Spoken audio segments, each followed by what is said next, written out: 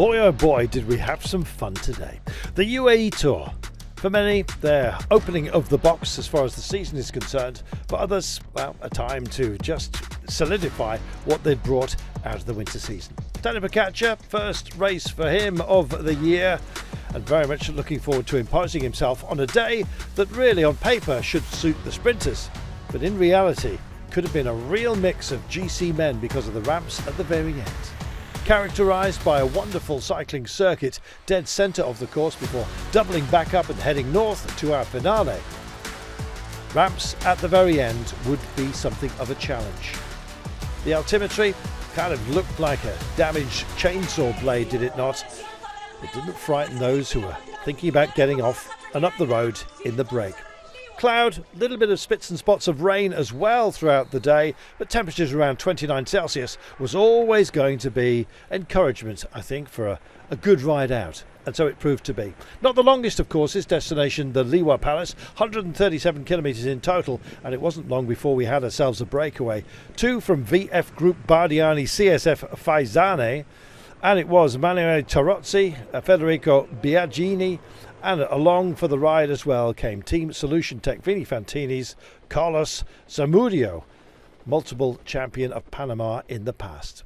Didn't take long for the breakaway to get off and up the road. The fast men looking a little bit pensive. Jasper Philipsen was certainly one of those we were pondering as to how they would take the ramps at the end of the day, and would Tadej Pogačar be tempted to go for it? Well, the last 1,400 metres were looming large ahead of everybody, because with ramps of 8% and a real gnarl, that was something to come. The intermediate sprint, however, went the way of Zamudio, the first of them. A black jersey up for grabs, well worth fighting for. 8 points on offer in the points competition, as well as that intermediate sprint run as well. So the Panamanian it was that took first blood in that tournament. And with about 75 kilometres to go, we entered a real erg and June fest. Off the highway they came onto the circuit, a specially designed place, fully lit, somewhere you can actually come and play in the middle of the night if you wish, in the hot summer temperatures as they nudge 40 Celsius. You can ride here illuminated at night in the cool of the desert evening. Well, here of course, bright daylight, not sunshine, you understand. It did nose in a little later on, and Tadej Pogačar putting the hurt in on some of the bigger ergs here. This was to wind down the legs, I think, of those fast men that would challenge him late on. And in fact, a big scalp early on was Olaf Koy, who apparently has not been terribly well since his departure from Oman, where he won 2 stages and the points competition. Well, the danger was that they would catch the breakaway, and so suddenly there was a lockdown at the front. Tadej Pogačar had made a statement here of intent, I think, for the remainder of the day, and with 32.4 kilometres to go, it was kind of as you were, with that breakaway still thinking about contesting the black jersey. Up and over the top came Manuel Tarozzi, finished third in the opening sprint. That left Biagini from Bardiani to try and just stymie the ambitions of Carlos Zamudio. And so, just coming up to the top of one of these ergs and a fast downhill descent. In fact, we were nudging 97 kilometres an hour on some of those downhill runs. But as it flattened out onto the sprint towards the highway for home, then it was Tarozzi that took it, levelling himself on points, 11 each for both he and Zamudio. As the final run to the line started to raise its head, the kilometres were running down and the teams were getting themselves into colour order. There was a real pace about the day late on.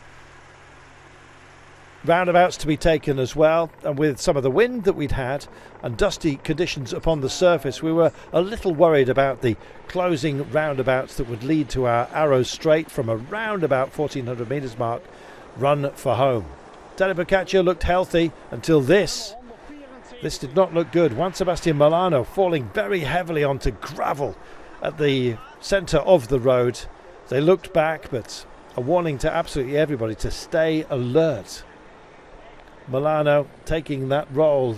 Potentially he could have had a chance in the sprint later on, but out of it for this point. Tadej Pogačar himself bedded in, and in fact would look lively. This was the unwind off that last of the roundabouts, and then Arrow Straight up to the line. Pogačar took the bait, couldn't help himself but do so, but was finally wound in by the sprinters' teams. Picking it up was Alpecin de Koning, and Jasper Philipsen looked absolutely nailed on for this one. Others had other ambitions. Very lively were Bardiani once again, skirmishing. Philipsen was on the barriers, going dead centre of proceedings was Jonathan Milan from Lidl Trek. Pogacar kicked again as the 8% started to rack into the minds and the legs, I think, of those who would be fast men on a day like today.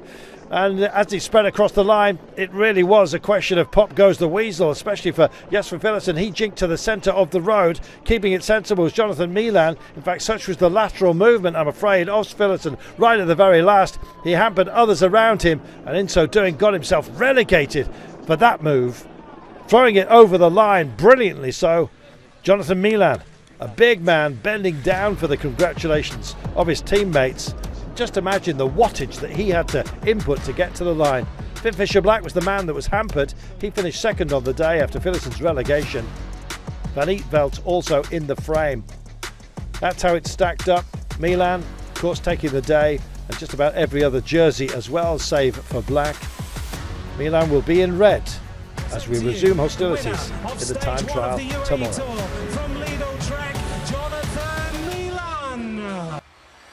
Job well done in fantastic conditions here. How will it be for the time trial? We might have bigger gaps opening up. He just kept coming out, not only for the stage win, the red jersey, the green he owns, which will be nursed, of course, by Finn Fisher-Black tomorrow. He also owns white, incidentally. What a day. What a drag race it turned out to be. There's 3 more sprinting days to come, but we have a time trial tomorrow and 2 big climbing days to define us.